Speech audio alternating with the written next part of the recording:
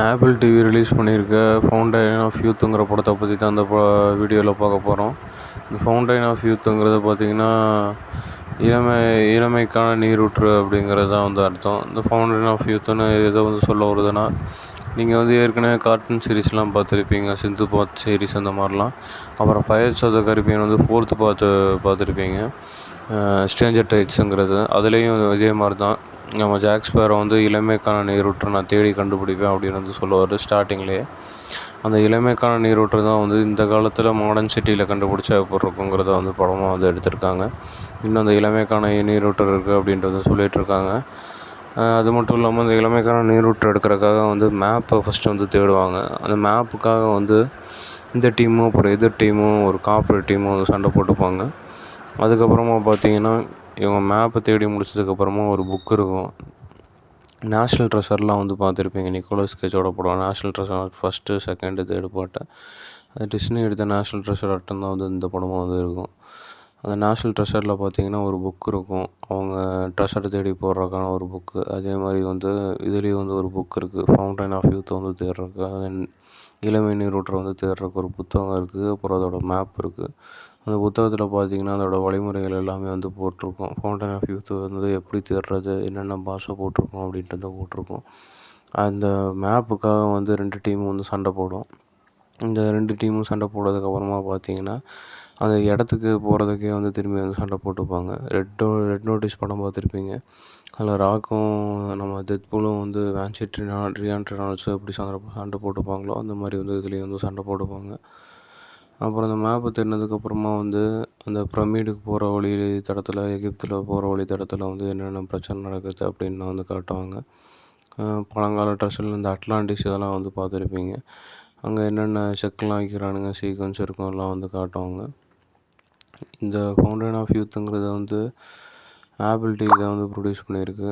இப்போது apple TV produce பண்ணுறது பார்த்திங்கன்னா நல்லா தரமாக, அது செல்ஃபோன் ப்ரொடியூஸ் பண்ணுற மாதிரி இதுவும் பிராண்டாக தான் ப்ரொடியூஸ் பண்ணோம்.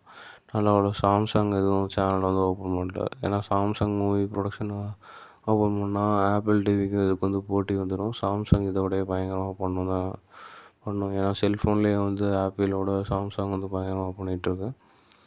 இந்த ஃபவுண்டைன் ஆஃப் யூத்தில் பார்த்திங்கன்னா நட்டாலி போர்ட்மேன் நடிச்சிருக்காங்க. அப்புறம் முக்கியமான கேரக்டர்ஸ் எல்லாம் நடிச்சிருக்காங்க. இந்த படம் பார்த்திங்கன்னா லைட்டாக இந்த லிஃப்ட்டுங்கிற படம் பார்த்துருப்பீங்க, கெவினோட படம், கெவின் ஹார்ட்டோட படம். அந்த படம் மாதிரியும், அதுக்கப்புறமா இவங்க ஃபைட் சீன் பண்ணுறது, பிளான் போடுறதெல்லாம் அந்த மாதிரி இருக்கும். அப்புறம் அன்சார்ட்டட் படம் பார்த்துருப்பீங்க. அன்சார்ட்டட்லேயும் ட்ரெஷரை தேடி தான் போவாங்க, தீவுக்குள்ளே நிறைய தங்கம் கொட்டி கிடக்குதுன்னு. அதே மாதிரி தான் இந்த படமும் இருக்க போகுது. இந்த ஃபவுண்டைன் ஆஃப் யூத் இது பார்க்குறவங்களுக்கு புதுசாக இருக்காது. ஃபஸ்ட்டாக பார்க்குறவங்களுக்கு தான் புதுசாக இருக்கும். ஏற்கனவே இந்த அன்சார்ட்டடு அப்புறம் நேஷ்னல் ட்ரெஷர் அதெல்லாம் பார்த்தவங்களுக்குலாம் இது பலசாட்டம் தான் இருக்கும். இதில் பிரமிடு தேடுற போகிற இடத்துல பார்த்திங்கன்னா நீங்கள் மம்மி ரிட்டர்ன்ஸு, மம்மி இதில் இருக்க மாதிரியே இருக்கும். ஏன்னா இதில் அந்த இளமை நீரூற்றை தேடி தான் போகிறாங்க.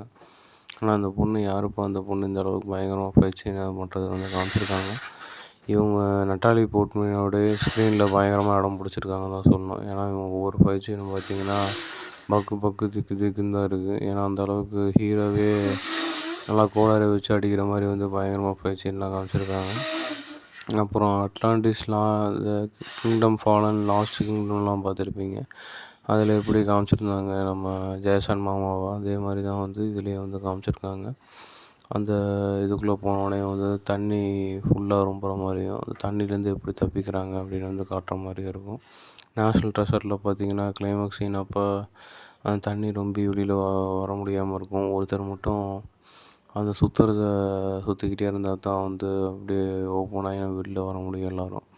அதே மாதிரி இதுலேயும் உயிர் தாகம் யாராவது செய்வாங்கன்னு தான் நினைக்கிறேன். அந்த கிளைமேக்ஸில் பார்க்கும்போது தான் தெரியும்.